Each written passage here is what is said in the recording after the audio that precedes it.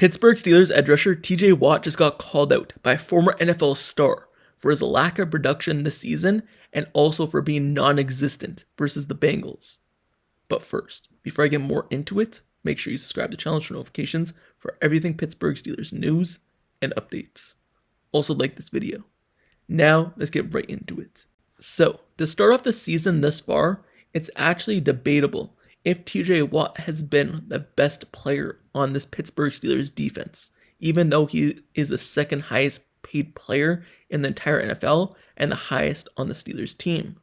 So, TJ Watt, if you look at who's the best edge rusher on the team, it might not be him either. You look at what Nick Herbig has done, he's done a lot for this team. Nick Herbig has more sacks, he has the same amount of interceptions, and he's done a lot for this football team. So is TJ Watt even the best edge rusher on this team? That's debatable. Because when you look at TJ Watt's stats, he's barely getting to the quarterback. Yes, he has 4 sacks, but in the last 2 games, he has 0.5 sacks and 0.5 sacks. What does that mean? Well, on those sacks, he wasn't the one to bring down the quarterback. He's getting there as the quarterback's going down, and he helps the other person bring them down. But they just give him a half a sack. So that adds up as 1. So really, if you look at that, he has 3. Because the quarterback was already falling to the ground when TJ Watt got those. So TJ Watt, he's being paid all this money, but he's been non-existent. His pass rush win rate, in terms of getting pressures on the quarterback, just doesn't seem the same as it was in prior years. And we've said this offseason when looking at TJ Watt in terms of should the Steelers pay him, because it did look like he was slowing down last season as well. So TJ Watt hasn't picked up the pace, and he looks to be the same in terms of maybe slowing down a little bit. So LeSean McCoy, he had something to say about TJ Watt, and specifically his performance against the Cincinnati Bengals, and he called him out for being non-existent. So here's his quote on the topic. In the 4th quarter, I made a call to the police. Has anybody found TJ Watt? Did he play today?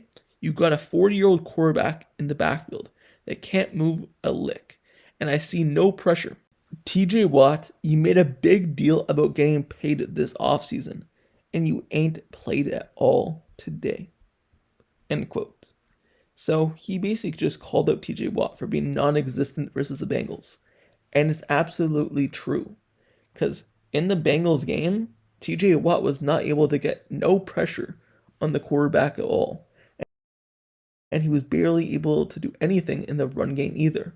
So the quarterback went off in terms of throwing the ball, and then the running back went off for over 100 yards. So what did TJ Watt do to help the Steelers defense? Obviously, it's not all on him. The defensive backs played terribly. But as a player who's getting paid the second most on the defense side of the ball in the NFL, most on the team, over $40 million, you would think that you would help the team win. And so far this season, yes, he's made a few splash plays, like an interception, but that's really about it. The splash plays just aren't there for TJ Watt, and it's actually hurting this team. TJ Watt even mentioned himself that basically there's no splash plays the last 2 weeks, and they're unable to stop anyone in the pass game or the run game, so they're basically playing terribly. He realizes it, but can he help the team by getting that? We're going to have to wait and see. Obviously, I still view TJ Watt as one of the best players in this franchise history, and he still is maybe the best player on this team overall, but you just expect more from a player getting paid so much. And LeSean McCoy is right. There's some games where he just does absolutely nothing, and you wonder why, especially against a Bengals team whose offensive line was absolute trash coming into the game. They couldn't block anyone. They're playing with guys who aren't there yet in terms of being at the highest of levels. And then they have a quarterback who, like LeSean McCoy said, isn't going to run, even though he did pull off that one run. But he's not going to move around in the pocket, so you know he's standing still and basically just taking a few steps here and there, throwing the ball. It's not like a running quarterback where you have to be aware that he's going to run the ball or he's going to step up in the pocket and move around, run around. No, he's going to be stationary. So it's easier, especially when the offense line is not good. And even in the game, in prior games, I mean, you look at TJ Watt, yes, he gets chipped, he gets double teamed, he gets triple teamed sometimes, and especially a lot of chips from the running back or tight end. But in this game versus the Bengals, there's barely any of that. A lot of the time, it was single coverage and maybe a few chips here and there. Nothing too bad. It was actually quite easy in terms of other games. Prior games he's played, it's been way worse. So TJ Watt has been non-existent. And this is a video about him specifically. I can make a video about Jalen Ramsey, about Darius Slay, about Mike Tomlin, Terrell Austin, and I might.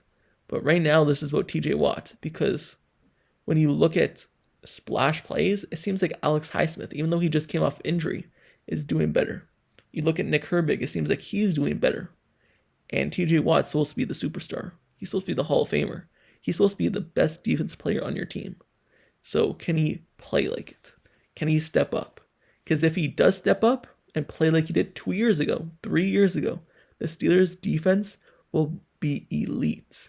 Or they should be elite. Because that's a big difference. A TJ Watt 2 years ago is a big difference compared to TJ Watt now. The downgrade in his play has been significant because he's gone more non-existent in games. It doesn't seem as though he has the same amount of burst as he once had. And maybe it's just because he's getting older and he's in his 30s now. And maybe the lifespan of an edge rusher isn't as high.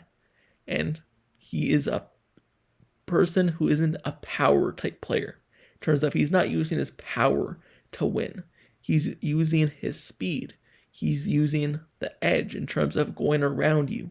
So if that slows down, and he has been dealing with knee injuries last year, maybe that has affected him and he can't go around as easily. He can't bend as much. And also, when you look at TJ Watt, in terms of his moves, he really only uses a few moves. Like, Alex Highsmith, he has a spin move. He has the inside. He can do whatever he wants. TJ Watt basically only goes outside. He never really goes inside unless someone else is taking on his block, and then someone else is drawing up a play for him to go inside.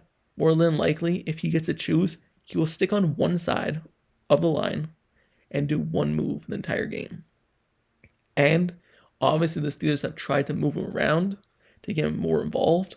I know that was a big thing last season, but the coaches, many people blame the coaches and said they just aren't scheming him, aren't moving him around. No, it's because TJ Watt doesn't want to move. He's made that clear. He even said this season that he was willing to do it, but he does not feel comfortable on any other side but that one side. So obviously when teams watch film on him and it's the same thing every single time, you start learning people's tendencies and you know what they're going to do. And maybe they're just starting to catch up and learn on TJ Watt even more, especially a Bengals team who obviously has won against TJ Watt a lot because they're in the same division. Anyway, that is what LeSean McCoy had to say about TJ Watt. TJ Watt needs to step up. The Steelers defense as a whole needs to step up, but it starts obviously with your leader, TJ. Anyway, that is the end of this video, but let me know your thoughts down in the comments below. On those comments by LeSean McCoy, do you think he's right? Do you think he has been non-existent, especially for a player who made a big deal about his money, his signing, his contract this offseason? Because he did sit out in terms of training camp. He didn't go through that whole motion, and maybe that's catching up with him. He didn't practice with the team. Maybe that's affecting his play as well. I know he didn't practice a few years ago when he won his contract then, but it's different now. So, how do you feel about TJ Watt making a big deal about it this offseason and then not performing well this season after he was paid? I know people want to trade as well. What are your thoughts on this whole thing? And also, make sure you subscribe to the channel and turn notifications for everything Pittsburgh Steelers news, updates, highlights, analysis reports. Everything surrounding this team, I have you covered all season long. So make sure you stay tuned to this channel, share this video, like this video, and subscribe so you never miss out on anything Pittsburgh Steelers football. And until the next video, tomorrow, that's it for me. I'll see you guys all later. I'm out. Peace.